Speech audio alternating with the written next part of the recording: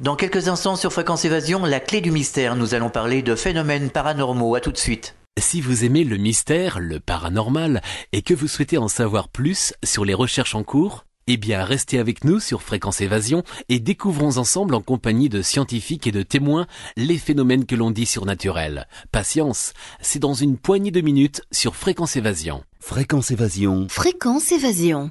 Jean-Jacques Charbonnier, bonjour. Bonjour. Alors vous avez écrit un livre, Les preuves scientifiques d'une vie après la vie, paru aux éditions Exergue. Exact. Alors pourquoi avoir écrit cet ouvrage ? Je crois que c'est un ouvrage qui était nécessaire, qui n'existait pas. Et je suis assez engagé dans cet ouvrage puisque je prouve que l'après-vie existe, que la vie existe après la vie, c'est-à-dire après la mort aussi. Donc je crois qu'on a déjà les outils nécessaires en tant que scientifique pour attester la réalité de cette vie après la vie. Mais malheureusement, la communication passe mal parce qu'on a déjà eu ce colloque à Martigues où nous avions dit, nous étions un certain nombre de scientifiques venus des États-Unis, du Canada, d'Angleterre, de Suisse, des Pays-Bas, pour dire qu'une conscience était possible lorsque le cerveau s'arrêter de fonctionner. Donc on avait déjà les outils. On a signé les actes du colloque de Martigues le 17 juin 2006, organisé par Sonia Barcala. Et malgré ça, l'information a du mal à passer. Alors j'ai eu l'idée de faire un livre destiné au grand public. Malgré le titre scientifique, ça peut faire peur, mais c'est quand même destiné au grand public, pour dire que l'après-vie existe, que les preuves sont là. Donc ça si vous voulez, ça se scinde en trois parties. Il y a une première partie qui est plutôt destinée à donner des réflexions sur l'éthique médicale au niveau de la mort, au niveau des comas, au niveau de l'euthanasie, des prélèvements d'organes, des grandes questions d'éthique de médecine, émaillées de récits personnels, d'anecdotes aussi. Et puis une deuxième partie qui s'appelle NDE, la révolution du monde scientifique, les expériences de mort imminente. C'est à peu près une centaine de conférences faites là-dessus un petit peu partout en France et à l'étranger. J'ai fait beaucoup de travail là-dessus, d'informations sur ces expériences de mort imminente. Et la troisième partie qui s'intitule Au-delà de la science de l'au-delà. Donc là, je parle de choses qui n'ont pas été abordées par les scientifiques, à savoir, enfin, les scientifiques purs et durs, s'entend, parce que c'est quand même des scientifiques qui s'intéressent au phénomène, à savoir la médiumnité, la télépathie, la transcommunication instrumentale, hein, vous savez, l'enregistrement des voix qui viennent d'une autre dimension, tout ça, j'aborde ça en troisième partie. Voilà. Et quelles sont les preuves en général ? Les preuves sont très rationnelles et sont très scientifiques, puisque ce qui est assez nouveau, c'est que l'on sait maintenant qu'il y a à peu près, d'après l'étude de Pin Van Lomen, 18% des gens qui avaient fait un arrêt cardiaque, qui avaient vécu une expérience de mort imminente, c'est-à-dire toujours la même séquence événementielle, quelles que soient les cultures, les religions et les philosophies, il se passe toujours la même chose. Mais on sait, et c'est ça qui est le plus important, que dans les secondes qui suivent l'arrêt cardiaque, eh bien le cerveau s'arrête de fonctionner. Et ça, c'est des preuves bien concrètes, bien rationnelles, puisqu'on a pu le montrer à travers des enregistrements électriques du cerveau. L'électroencéphalogramme devient plat dans les secondes qui suivent. Et la définition de la mort actuellement, c'est l'arrêt du fonctionnement cérébral. Donc il ne faut plus dire la mort, on ne sait pas ce que c'est, personne n'est revenu de la mort. Eh bien si, grâce au progrès de la réanimation, eh bien on peut revenir de la mort, on peut revenir d'un état de mort clinique, puisque c'est la définition de la mort clinique, l'arrêt du fonctionnement cérébral. Maintenant, il faut quand même je dirais, différencier la mort clinique provisoire, entre guillemets, avec la mort définitive. C'est-à-dire la mort définitive qui correspond finalement aux limites actuelles de nos possibilités de réanimation, mais qui va sûrement évoluer dans les décennies qui arrivent. C'est-à-dire que nous, pour débrancher un patient comateux en état de mort cérébrale d'un respirateur, pour le déclarer cliniquement mort de façon définitive, c'est-à-dire qu'on va pouvoir le débrancher ou prélever ses organes, eh bien, il faudra avoir 2 électroencéphalogrammes plats à 4 heures d'intervalle pendant au moins 20 minutes, en dehors des conditions d'hypothermie, de refroidissement du corps, ou de narcose, c'est-à-dire en dehors des conditions d'imprégnation de produits qui endorment le cerveau. Voilà. Donc si on a ces conditions réunies, on dit que la mort est définitive. Dans ce cas-là, on ne peut plus revenir de cet état de mort cérébrale. Mais des exemples très nombreux nous ont montré que des morts cérébrales pouvaient ne pas être définitives, et donc les gens sont bien revenus de la mort avec ces récits fabuleux, fantastiques. Alors justement, je vais quand même vous poser la question, qu'est-ce que la mort? Parce que certains auditeurs nous demandent justement des réponses. Oui. Ils nous demandent qu'est-ce qui se passe au moment de la mort pour le patient, pour la personne qui décède, pour la personne qui part. Qu'est-ce qui se passe après l'arrêt cérébral?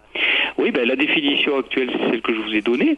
C'est une définition évolutive en fonction de notre histoire, de l'histoire de l'humanité. Et au XVIe siècle, c'était donc le coma réactif. On pinçait quelqu'un, on lui faisait mal, s'il bougeait plus, il était mort. Bon, maintenant, on sait revenir à ces états-là, bien sûr.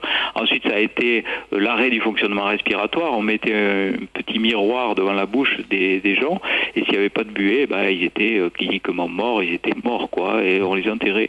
Et puis ensuite, ça a été l'arrêt cardiaque. Et maintenant, de tous ces états, on sait revenir, grâce au progrès de la réanimation, on sait revenir. Alors, que voient les gens? Voilà. Que perçoivent les gens?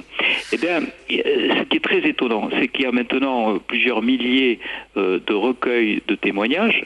Il y en aurait beaucoup plus, d'après les statistiques de Phyllis Atwater qui ont été publiées en 2001, en avril 2001. Lui estime à 4% à peu près la population des expérienceurs, de ceux qui sont passés de l'autre côté et qui sont revenus. Ça ferait à peu près 2,4 millions en France.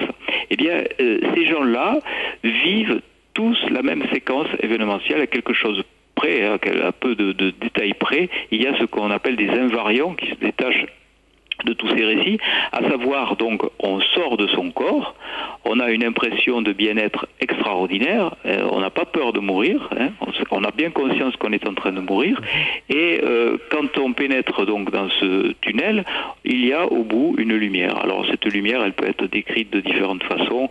C'est une lumière en général, une lumière d'amour, une lumière où on reçoit la connaissance absolue, on a l'omniscience, et on a aussi ce qu'on appelle donc l'amour inconditionnel. L'amour inconditionnel qui n'a rien à voir avec notre amour terrestre, qui est un amour possessif avec des jalousies, etc. Non, là, pas du tout. C'est un amour inconditionnel, plus fort que 100 millions d'orgasmes, dit Patrice Van Hersel, tellement c'est magnifique et fort. Un amour qui n'est jamais connu sur Terre. Et ensuite, il y a des guides, des disparus, ça peut être des êtres de lumière, ils sont décrits comme ça, qui viennent vous accueillir pour vous dire que c'est pas le moment, il faut revenir sur Terre.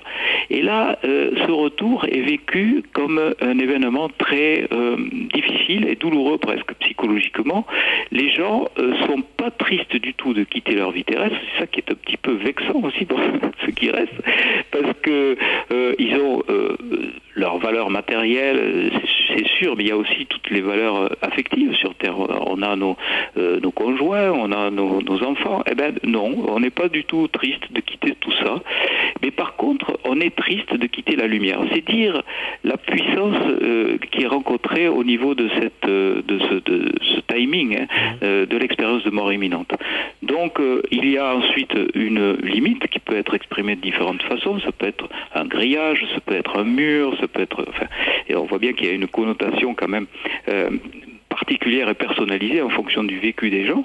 Et il y a ce retour qui se fait généralement par le haut du crâne, dans la plupart du temps, plus de 60% des cas, c'est le haut du crâne, le 7e chakra des yogis, là, au niveau de la fontanelle, et ils enfilent leur corps comme une main le ferait dans un gant. Ils ressentent à nouveau toutes leurs douleurs, toutes les douleurs réapparaissent à ce moment-là. Et ils en ressortent de cette expérience complètement changée, parce que ça sera devenu l'expérience de leur vie. C'est vraiment l'événement qui aura le plus compté, à tel point qu'ils vont complètement changer après, quoi. Ils seront transformés. D'ailleurs, Nicole Dron l'explique bien dans son témoignage. Ah oui, Nicole Dron est fabuleuse quand elle nous fait partager son expérience. Elle retrouve chaque fois, pourtant elle a dû raconter son expérience des centaines de fois, et chaque fois elle retrouve la même émotion. Et on perçoit les sanglots dans sa voix tellement elle est transportée par le propre récit de son expérience. Donc c'est dire si c'est fort et intense cette émotion qu'elle arrive à nous communiquer. Et ils communiquent très bien d'ailleurs, les expérienceurs communiquent très bien.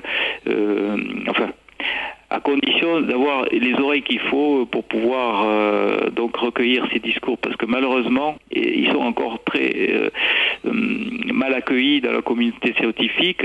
Un certain nombre de mes confrères ne veulent même pas en entendre parler.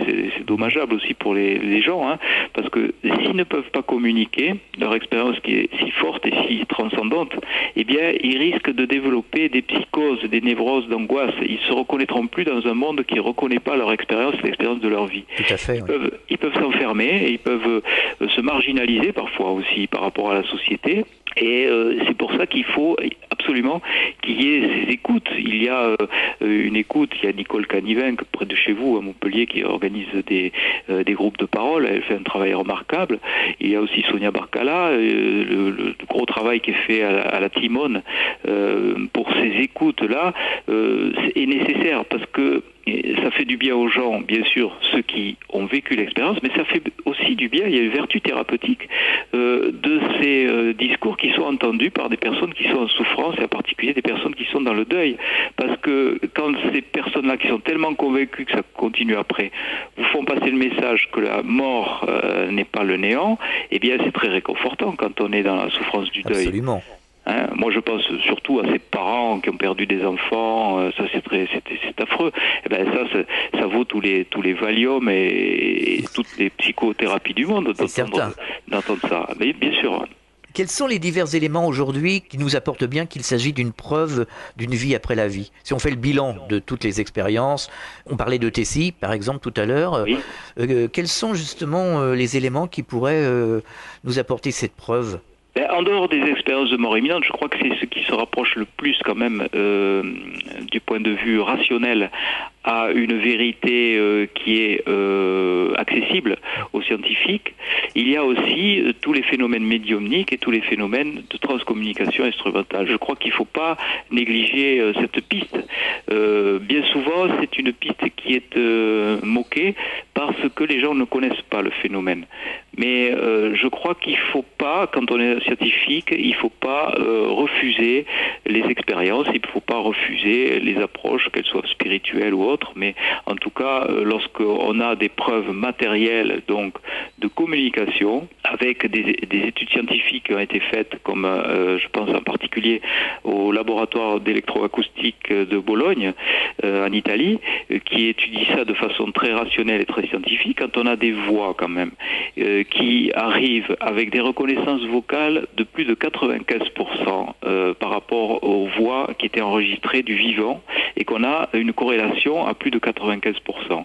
Quand on a des fréquences vocales qui sont données à une fréquence qui est 4 fois, 5 fois la fréquence des voix humaines, et qu'on a cette reconnaissance-là, quand on a aussi des voix réverses, c'est-à-dire des messages qui sont entendus des deux côtés de la bande passante, elles vont enregistrer sur un simple enregistreur, et bien et qu'il n'y a aucun logiciel capable de faire cette prouesse, on ne peut que se poser des questions. Je vois pas comment on peut imaginer une supercherie là-dessus, ou alors s'il y a une supercherie, elle est bien faite.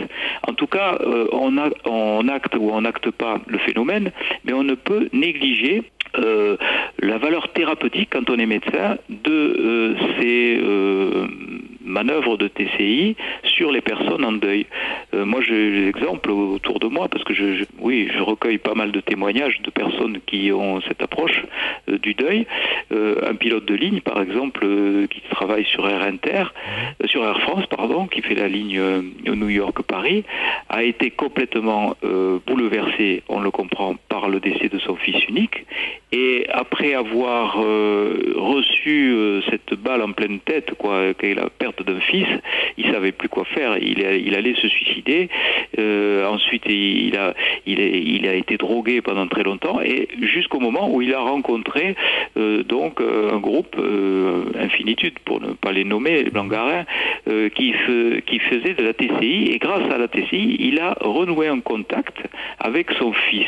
Et peu importe, on y croit pas, mais en tout cas, depuis, il a plus du tout envie de se suicider, et il a abandonné son traitement psychotrope. Le résultat est là quand même. Donc ça a une vertu thérapeutique indéniable. Quand on est médecin, on doit reconnaître ça. Donc c'est sûr que ça n'arrange pas les lobbies des laboratoires pharmaceutiques, parce que ça fait chuter le chiffre d'affaires des laboratoires, mais en tout cas, moi je l'appellerais médecine alternative douce. C'est une médecine douce pour travailler le phénomène traumatique du deuil, comme la médiumnité d'ailleurs. Quand il y a des médiums qui ont des signes de reconnaissance de disparus, et qu'il y a des gens qui sont en souffrance et qui sont soulagés par ces contacts, eh ben oui, les médiums ont aussi un rôle social à jouer en France en particulier. Parce que je dis en France en particulier parce que dans les autres pays, c'est quand même différent. Il y a une autre considération de la médiumnité. Les médiums en France, on s'en sert. Je dis on s'en sert parce que c'est vrai, ça se passe comme ça. Ça a été prouvé dans les commissariats lorsqu'il s'agit de retrouver des cadavres, lorsqu'il s'agit de retrouver des pistes de meurtriers, etc. Mais on ne veut pas le dire. C'est du domaine du tabou. Alors que ça devrait être accepté quand même, puisqu'ils ont fait leurs preuves, tous ces médiums. Voilà ce que j'ai voulu dire, moi, dans cette troisième partie du livre. Mais au-delà de l'aspect psychologique, quand même, il y a une réalité tangible. Ben oui, voilà. C'est ça qu'il faut dire. Cette réalité-là, on ne veut pas l'accepter. Voilà, c'est ça, parce que moi, pour l'avoir testé, je me suis bien aperçu, j'ai bien été obligé de me rendre compte que c'était réel. Ben oui, moi je crois que les rationalistes purs et durs, qui disent que la mort c'est le néant, ils ont basculé dans le domaine de la croyance quand même maintenant. Moi je crois. On a tellement de signes de survivance que vraiment il faut être complètement bouché ou alors idiot pour dire que la mort c'est le néant actuellement. Les preuves qu'on a. Et je trouve qu'ils ne sont pas rationnels justement. Oui, ils sont passés dans le domaine de la croyance et de l'irrationnel. Ils sont dans l'irrationnel. Voilà. Ils ont basculé dans l'irrationalité. Exactement. Oui, parce que ce sont des évidences. On ne peut pas nier des évidences. Il me semble, oui. Et je pense qu'on devrait faire des recherches beaucoup plus approfondies. Et je pense que le gouvernement, par exemple, devrait aider à ces recherches. Moi, je pense, comme Sonia Barkala le dit aussi souvent, je pense que la grosse recherche, les plus grosses surprises ne viendront pas du cosmos ni du plus profond des océans, mais viendront de notre propre conscience, c'est sûr. Ça, c'est tout à fait vrai. Est-ce que vous pensez qu'avec l'accélérateur de particules qu'on a mis en place, on va déboucher sur des choses intéressantes? Moi je pense que oui, parce que il y a une approche, vous savez, de la physique, à la fois la physique mécanique mais aussi la physique quantique, qui est tout à fait intéressante, parce que ça nous ouvre des portes sur les univers parallèles, sur les possibilités d'exister ici et maintenant, et aussi d'exister dans une autre dimension et d'une autre façon ailleurs. Ça ouvre les portes aussi de la connaissance de ce qui se passe au niveau de la médiumnité. Au niveau de la médiumnité, on peut se poser des questions quand on voit ces médiums qui ont des contacts avec des entités dans les salles. On se dit, si on pense que la réincarnation existe, on peut penser que ces entités sont déjà réincarnées. Eh ben non, oui plutôt, mais ça n'empêche pas le contact. Ça veut dire que ces médiums auraient la possibilité d'accéder à une dimension au-delà donc de la vitesse de la lumière. Ils auraient la possibilité d'accéder à un monde parallèle où le temps n'existe pas. Donc ils ont la possibilité d'accéder à des informations du passé, du présent et du futur. C'est pour ça aussi que dans la même façon, ils peuvent deviner ce qui va se passer dans le futur. Et on peut imaginer aussi qu'ils aient accès à une dimension où un être pourrait être, ça devient un petit peu plus compliqué, réincarné non pas dans des vies antérieures, mais dans des vies postérieures. Pourquoi en toute logique, si on suit les hypothèses de la physique quantique, on pourrait avoir des êtres réincarnés qui nous viendraient du futur, si on croit à la réincarnation. Parce que là, c'est quand même du domaine de la croyance. Malgré les travaux de Brian Weiss ou de Ian Stevenson, on peut s'imaginer quand même que c'est encore du domaine de la croyance. Mais ces gens qui nous viendraient du futur, ça expliquerait par exemple que Léonard de Vinci dessiner des hélicoptères et des sous-marins. Pourquoi pas les enfants indigo, par exemple. Pourquoi pas Pourquoi est-ce que ça ne serait pas des âmes réincarnées à partir d'une dimension qui viendrait du futur? Moi, ça me choque pas de point de vue intellectuel. Quand on se rend compte que on a une abîme de connaissances que nous ne connaissons pas, qui sont pas encore accessibles, on ne peut être que humble et puis être ouvert à toutes les éventualités. C'est ce que j'ai voulu un petit peu transcrire dans ce livre en disant que finalement, j'espère que le lecteur, quand il finira le livre, il dira punaise, on ne sait rien, quoi, on ne sait rien. Et puis il faut être humble vis-à-vis de toute la connaissance qui nous reste à percevoir et à apprendre. On n'a pas abordé aussi le phénomène des apparitions. Oui. Alors, est-ce que vous avez des éléments, justement, vous qui travaillez en milieu hospitalier, j'avais lu, moi, personnellement, des ouvrages d'Elisabeth Kubler-Ross, oui, qui expliquaient que les enfants mourants voyaient des apparitions au pied de leur lit, par exemple. Oui, mais c'est assez fréquent et c'est classé dans le domaine des hallucinations, mais on s'aperçoit que on a un certain nombre de gens qui sont perméables, qui reçoivent par clairvoyance des informations, comme par exemple tout récemment mon ami Jean-Marie Le Gall, qui est médium, je ne sais pas si vous le connaissez. Absolument, oui. Et vous le connaissez, bon, oui. Il est venu se faire opérer de ménisque, du genou, et il était en salle de réveil. Alors vous imaginez en salle de réveil un médium. Eh ben, il voyait les entités qui se détachaient des corps, et c'était assez amusant la description, parce qu'il disait oui, ils sont en gond, et au moment où il se réveillait, pof, l'entité revenait dans le corps. Il voyait tout ça, il a visualisé tout ça. Et en plus, lui, il a fait un voyage pendant son anesthésie. Il est sorti de son corps, il s'est baladé un peu, et il est revenu après. Il a raconté tout ça. C'est assez bouleversant parce que ça correspond à un certain nombre de récits de comateux, d'enfants qui n'ont pas peur de parler. Bon, les enfants, ils n'ont pas peur de parler. Ils disent ils n'ont pas de blocage. Voilà, ils n'ont pas de blocage. Bon, les adultes, c'est un petit peu plus difficile. Ou quand ils parlent, on dit tiens, celui-là, il fait un DT, on va lui donner des neuroleptiques. Bon, parce que c'est classé tout de suite dans les hallucinations. Mais ça serait pas très choquant qu'en état de conscience modifié, on soit capable d'avoir des visualisations, des apparitions. Et Jean-Marie Le Gall, d'ailleurs, s'était promené dans un hôpital où il avait croisé des entités, il le raconte, qui cherchaient leur chambre, etc. Et il n'y avait personne, en fait. L'infirmière a pu confirmer, non, il n'y avait personne. Et il a fait le descriptif de la personne, et la personne a été décédée depuis une semaine. Voilà.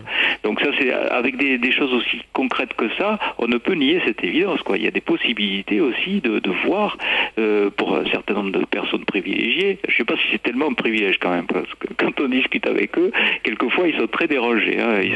Ils sont très dérangés d'avoir accès à cette réalité-là, parce que on imagine un petit peu, ça ne doit pas être toujours plaisant de croiser des gens qu'on n'a pas forcément envie de croiser, quoi. C'est un petit peu comme dans le film Ghost, oui, tout à fait, oui. Qui représentait vraiment bien les choses. Ah oui, tout à fait. Ben ça, c'est tout à fait inspiré comme film. Moi, je pense que les romanciers, les gens qui font des films, Marc Lévy, les premiers romans du moins, Didier Van Covelart, Musso, tous ces gens-là sont complètement inspirés, quoi. Et l'inspiration, ça arrive.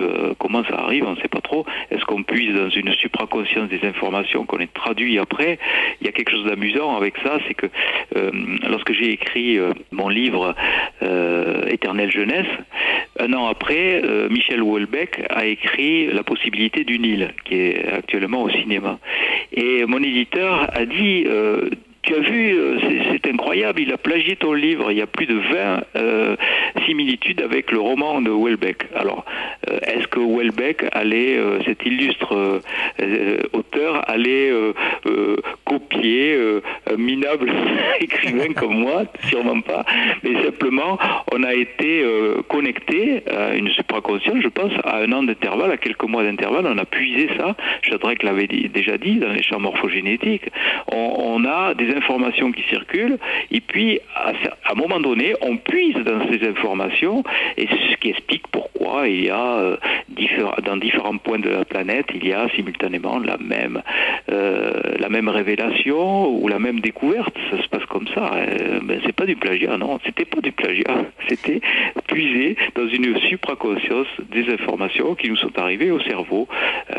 Oui, je crois que tous ces gens qui ont écrit des films comme Ghost sont dans ce cas-là, oui. Est-ce que vous avez des informations justement concernant les NDE vécus à l'étranger? Les NDE par des expérienceurs étrangers, oui. Oui, oui, mais c'est ça qui est très surprenant, c'est que quelles que soient les religions, les zones géographiques, il n'y a pas bien sûr, il y a une petite influence culturelle. Certains dans la lumière voient Bouddha, d'autres voient la Vierge Marie.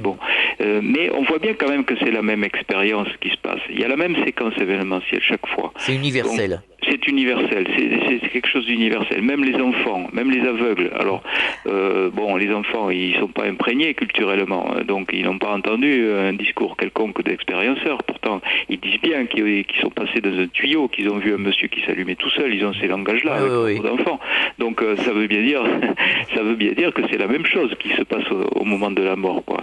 En tout cas, c'est très encourageant parce que si on pense que ça se passe vraiment comme ça, eh bien, on n'a plus à avoir peur de la mort. En tout cas, les expérienceurs, ils n'ont plus peur de la mort, ça c'est sûr. D'ailleurs, c'est très intéressant, les NDE d'aveugles. Ah oui, c'est intéressant parce que les aveugles de naissance, ils n'ont jamais vu. Alors comment sait-on qu'ils ont vu pendant leur NDE puisqu'ils n'ont jamais vu? Les aveugles, ils rêvent, ils font des rêves comme tout le monde, mais ils rêvent tactiles, auditifs, olfactifs, mais jamais visuels. Et là, dans leur expérience, ils s'aperçoivent bien que ce qu'ils ont vécu, perçu, correspond à ce que les voyants disaient être des films ou des images. Donc pour eux, ça ne fait pas l'ombre d'un doute, ils ont trouvé la vue. Et ceux qui avaient déjà vu ont retrouvé la vue cette fois. Mais avec une acuité extraordinaire. Ils pouvaient voir à 360 degrés, traverser la matière. Ça n'avait rien à voir, sans jeu de mots, avec ce qu'ils ont vécu au moment où ils avaient la vision intacte. Donc ils sont devenus aveugles et dans leur NDE, ils ont retrouvé une vision qu'ils ne connaissaient pas tellement elle était puissante et magnifique. Voilà. Donc en étant sérieux, on ne peut pas dire que ça n'existe pas et c'est quand même... Je ne vois pas comment on peut dire maintenant que ça n'existe pas. C'est pour ça que ça heurte beaucoup les scientifiques.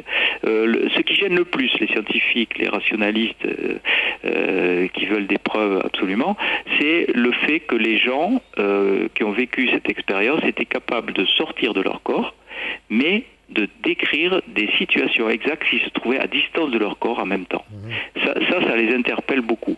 Parce qu'après, des gens comme Olaf Blanc, neurochirurgien qui a fait des expérimentations sans le vouloir, de façon fortuite, en stimulant une zone du cerveau bien précise au niveau du lobe temporal droit, qui s'appelle le gyrus angulaire, il a remarqué que les gens qui étaient dans ces situations, puisqu'il faut l'opérer sous anesthésie locale, étaient capables de voir leur corps comme s'il se situait au-dessus, au-dessous ou sur le côté.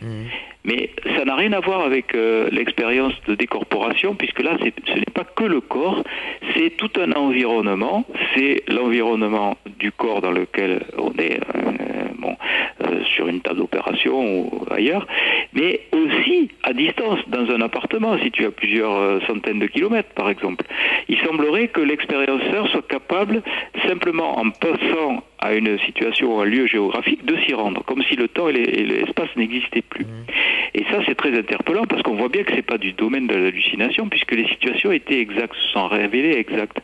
Je crois que l'exemple le plus frappant, c'est celui de Pamela Reynolds, parce que ça a été très documenté, ça a été donc colligé sur des revues à comité de lecture comme The Lancet, donc on ne peut pas contester ce qui s'est passé. Cette jeune femme qui se fait opérer très brièvement, je le rappelle, du cerveau, souffre d'un anévrisme du cerveau, donc on interrompt sa circulation cérébrale et on refroidit son cerveau à 15 degrés 5. Au bout d'une heure et demie, on arrête et on rétablit la circulation cérébrale, donc le cerveau ne fonctionne plus, il n'y a plus d'une goutte de sang dans le cerveau, l'activité électrique est nulle, électroencéphalogramme et potentiel évoqué, donc aucun échange biochimique possible entre les neurones, donc aucune possibilité d'avoir une pensée, une perception, une cognition, une conscience. Et là, Pamela Reynolds, contre toute attente, à son réveil, décrit son intervention, les instruments qui ont été utilisés par le chirurgien de façon exacte, la conversation qui a eu lieu entre le chirurgien et le cardiologue. Donc, elle a perçu des choses, elle a entendu, elle a vu, elle a eu une conscience avec autre chose que son cerveau. Ça, c'est mathématique, quoi. C'est évident. Comment plutôt prouver le contraire, quoi, hein, voilà. Donc ça veut dire que le cerveau n'est pas la seule façon d'avoir une conscience. C'est pas le seul organe. C'est pas un organe qui sécrète de la conscience comme le foie sécrète de la bile. Le cerveau, c'est peut-être une interface entre deux réalités, peut-être. C'est peut-être un radar, c'est peut-être aussi un émetteur-récepteur, comme nous l'a dit Pin Van Lomen. Un ordinateur.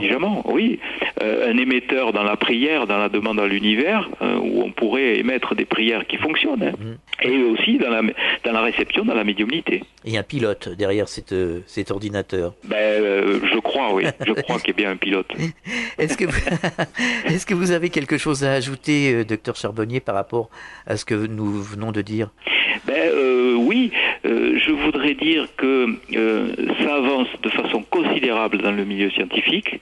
Il y a eu récemment un colloque, ou plutôt un symposium qui s'est passé à New York, à l'ONU, où il y avait mon ami Mario Beauregard, que je vais rejoindre à Paris bientôt pour une série d'interviews.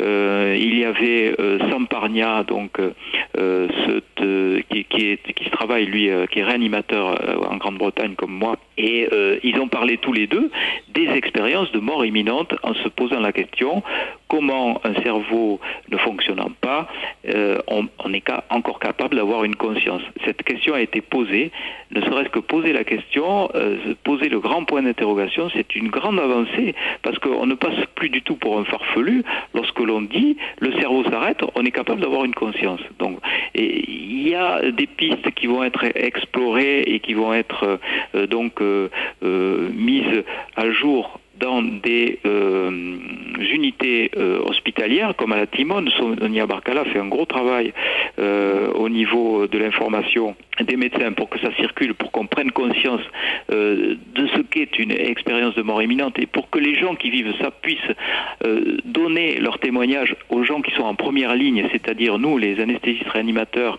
ou les gens qui sont à l'hôpital, puisque c'est là où on recueille le témoignage en premier. C'est pas à distance, non. C'est au sortir d'un coma, dans une réanimation, quelqu'un qui vit une expérience comme ça, c'est un petit peu comme au saut du lit, lorsque vous avez fait un rêve, c'est à ce moment-là qu'il faut recueillir les témoignages, et c'est pour cela qu'il faut faire dans chaque unité de réanimation un gros travail d'information. Par exemple, à ma clinique, où je travaille, à la clinique Saint-Jean-Languedoc, qui est une grosse clinique de Toulouse, 300 lits, eh bien, les chirurgiens me disent, tiens, chambre 18, j'en ai encore un qui est sorti de son corps par l'anesthésie, va voir ce qui s'est passé. Et on me décrit la situation, le patient me dit comment a été son opération, mais il me dit aussi s'est baladé, comment ça s'est passé à côté, etc. Donc vous voyez qu'il y a une prise de conscience, et je crois que cette prise de conscience, elle passera aussi par vous, les médias, et qui sont capables de répercuter tout ça au grand public. C'est ce qu'on essaye de faire. Bravo. Eh bien, docteur Charbonnier, au revoir. Merci de nous avoir fait partager vos expériences et à bientôt. C'est toujours un grand plaisir d'être avec vous. J'espère à très bientôt. Merci beaucoup, au revoir. Vous pourrez vous procurer le livre du docteur Jean-Jacques Charbonnier, L'épreuve scientifique d'une vie après la vie, aux éditions Exergue. À bientôt pour un nouveau numéro de La Clé du Mystère sur Fréquence Évasion. Fréquence Évasion.